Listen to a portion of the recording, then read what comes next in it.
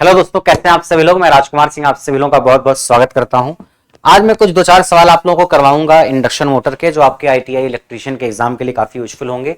चाहे आप RRB LP का एग्जाम दो, चाहे बीएसपी एससीएल का दो, या और अलग अलग जो आईटीआई के एग्जाम होते हैं उनके लिए। तो कुछ सवालों को आज हम करेंगे, आइए देखते हैं आप उनको समझ पाते हो या नहीं। पहला सवाल आपके पास ये है।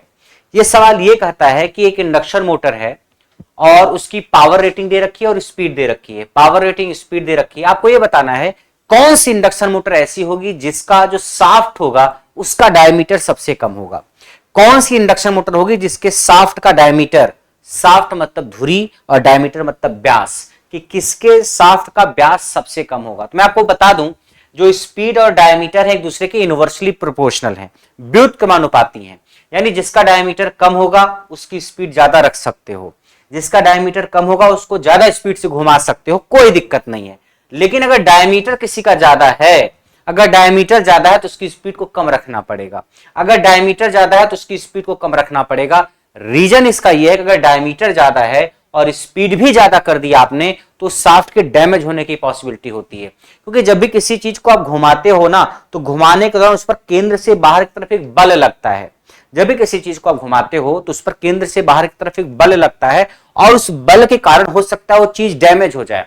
जैसे मैं एक बच्चे को उठाऊं और उसको पैर को पकड़ के ऐसे घुमाना शुरू करूं, अगर मैं उसको एक पर्टिकुलर स्पीड से घुमाऊं, मान लीजिए 100 आरपीएम से, और उसी 100 आरपीएम से मैं एक 50 साल के आदमी को घुमा दूं, तो 50 साल के आदमी के डैमेज होने की पॉसिबिलिटी ज्यादा होगी कि उसका गर्दन टूट जाए या उसका पैर उखड़ जाए, कुछ भी ऐसा हो सकता है। तो जब भी किसी चीज को आप घुमाते हो तो अगर चीज भारी है, उसका द्रव्यमान ज्यादा है, उसका रेडियस ज्यादा है, तो उसको कम स्पीड पे घुमाया करो।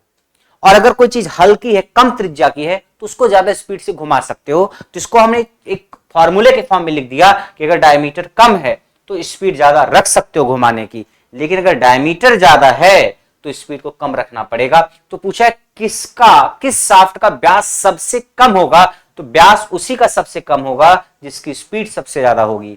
डायमीटर उसी का कम होगा जिसकी स्पीड ज्यादा होगी। और सबसे ज्यादा स्पीड किसकी है?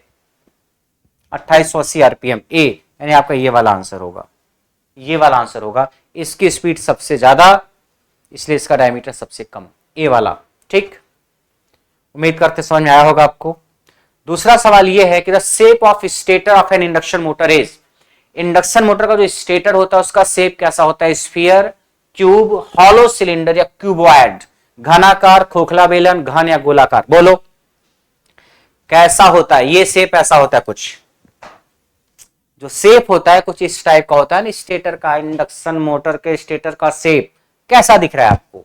कुछ हॉलो सिलेंडर जैसा दिख रहा है। हॉलो मतलब खोखला, सिलेंडर मतलब बेलन, खोखले बेलन जैसा या हॉलो सिलेंडर जैसा शेप दिख रहा है। तो जो स्टेटर होता है इंडक्शन मोटर का, उसका शेप कैसा होता है? हॉलो सिलेंडर, यानी खोखले बेलन जैसा। ये सब याद होना चाहिए आपको, आपकी जुबान पे होना चाहिए ये सब। अगला सवाल ये है। ये सवाल कहता है कि स्पीड और टॉर्क का ग्राफ दे रखा है। स्पीड और टॉर्क का ग्राफ दे रखा है, आपको यह बता देना है इसमें, स्पीड और टॉर्क के ग्राफ में, कि मोटर का प्रारंभिक टॉर्क कौन सा पॉइंट रिप्रेजेंट करेगा? 1, 2 या 3? 1 एक पॉइंट है, 2 एक पॉइंट है, 3 एक पॉइंट है। बताओ इन तीनों पॉइंट में से कौन सा पॉइंट स्टार्टिंग टॉर्क को रिप्रेजेंट करता है? विच पॉइंट डिपिक्ट्स या which point represents the starting torque? 1 और 2 और 3? तो आप देखो, ये इधर स्पीड है, इस पॉइंट पे स्पीड आपकी 0 होती है। एनआर क्या होता है? 0। और इधर जाओगे तो स्पीड बढ़ेगी बढ़ेगी बढ़ेगी बढ़ेगी बढ़ेगी, और इस पॉइंट पे एनआर आपका एनएस के इक्वल हो जाता है।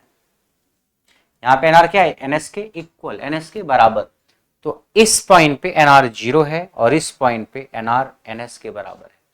तो आप बताइए, जब एनआर 0 है, एनआर 0 मतलब आपकी मोटर रुकी हुई है, जब मोटर रुकी हुई है उस वक्त जो टॉर्क होता है वही तो होता है स्टार्टिंग टॉर्क। स्टार्टिंग टॉर्क मतलब जब मोटर रुकी है उस वक्त जो टॉर्क होता है दैट इज स्टार्टिंग टॉर्क, शुरुआती वाला गुण, शुरुआती घुमाव बल। आप एनआर 0 मतलब मोटर रुकी है, अब इसी 0 स्पीड से, रुकी हुई अवस्था से अब मोटर घूमना स्टार्ट करेगी। इसी रुकी हुई अवस्था से मोटर घूमना स्टार्ट करेगी। तो एनआर बराबर 0 है।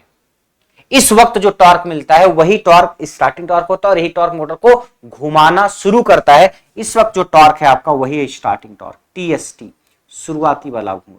ये, यानी यहां से यहां तक का जो टॉर्क है, ये वाला जो टॉर्क है, यहां से यहां तक का जो टॉर्क है, ये वाला जो टॉर्क है, दिस इज स्टार्टिंग टॉर्क। यहां से यहां का जो टॉर्क है, ये टॉर्क है स्टार्टिंग टॉर्क, शुरुआती बला घूर्ण।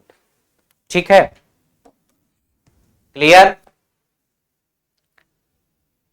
शुरुआती बला घूर्ण, शुरुआती बला घूर्ण। ओके,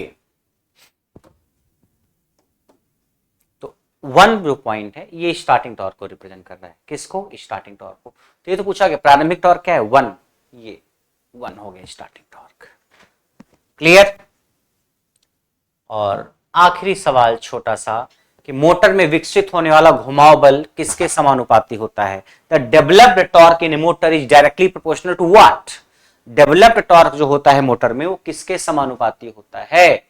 सोर्स वोल्टेज के, या सोर्स वोल्टेज के स्क्वायर के, या सोर्स वोल्टेज अपन 2 के, या under root of source voltage के। तो आपको पता है कि जो टॉर्क टी होता है वो वोल्टेज के स्क्वायर, या सोर्स वोल्टेज के स्क्वायर, या सप्लाई वोल्टेज के स्क्वायर के समानुपाती या डायरेक्टली प्रोपोर्शनल होता है।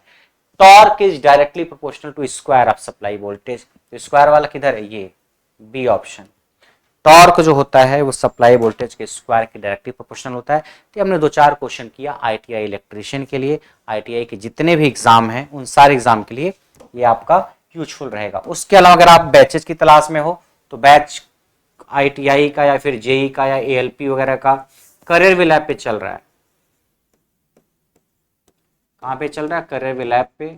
आप इस ऐप पे जाकर के एडमिशन ले सकते हैं। आप ऐप खोलेंगे तो आपको ऐप पे सबसे नीचे एक लाइव क्लास का ऑप्शन दिखेगा, उस पर क्लिक करना, और उस पर क्लिक करने के बाद ऊपर अलग अलग एग्जाम की कैटेगरी बनी होगी, एसएससी, बैंक, टीचिंग, फ्रॉड, दाएं जाओगे तो जेई, आईटीआई, रेलवे एग्जाम की कैटेगरी बनी होगी, उस पर क्लिक करना। क्लिक करने के बाद जितने भी बैचेज चल रहे हैं जेई और आईटीआई को, सारे बैचेज दिख जाएंगे। उन बैचेज पे जाके आप इंट्रो वीडियो देख सकते हो, जिसमें बैच की सारी जानकारी होती है। एडमिशन जब आप लोगे तो आप एडमिशन ऐप से नहीं लोगे, आपको एडमिशन कहाँ से लेना है? वेबसाइट से। वेबसाइट क्या है? वेबसाइट है www.careerwill.com। ये वेबसाइट है, इस वेबसाइट से आके आपको एडमिशन लेना है। इस वेबसाइट पे आप क्लिक करना और आपको जो भी कोर्स लेना है उसको सिलेक्ट करना और कोड लगाना CW20। ये कूपन कोड है, इससे 20% का डिस्काउंट मिलेगा आपको, यानी डिस्काउंटेड फीस पे आपको एडमिशन लेना है तो एक कोड लगाना, इस वेबसाइट पे जाना, यहाँ से एडमिशन आप ले लेना।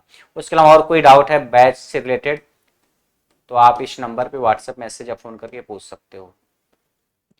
ठीक है, आपको कोई डाउट है तो बैच से रिलेटेड, जेई और आईटीआई के बैच से रिलेटेड, तो आप इस पे एएलपी वगैरह के रिलेटेड या बीएसपी एससीएल वगैरह से रिलेटेड कोई डाउट है तो व्हाट्सएप मैसेज करके पूछ सकते हो आप। ठीक है, तो आज की कहानी यहीं तक, बाकी कहानी नेक्स्ट क्लास में।